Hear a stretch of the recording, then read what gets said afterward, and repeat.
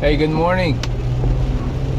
Just a reminder of what hearing news, bad news, murders, bombs going off, 25 people dying here, 50 people dying there, 100 people dying there.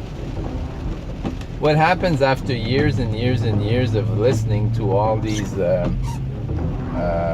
tales of horrors around the world? What happens to the population?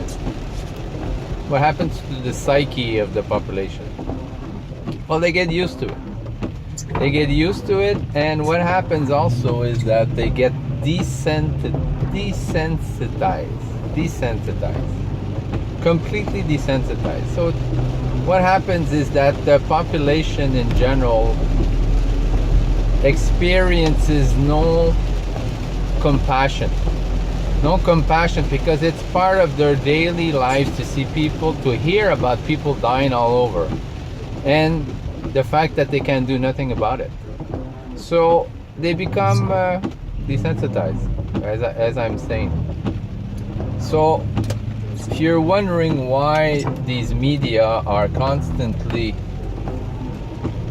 feeding you this crap instead of talking about this rescue or this person that did something amazing to help people or whatever, they're always feeding you these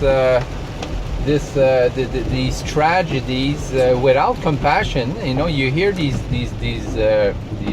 reporters report these strategies. Well, 375 people were wounded, and the sports last night, the Canadians won 3-2 or 4-5-4. You know, and it's just like business as usual. Yeah, 300 people died here, and tomorrow's gonna rain, and the stock market was up.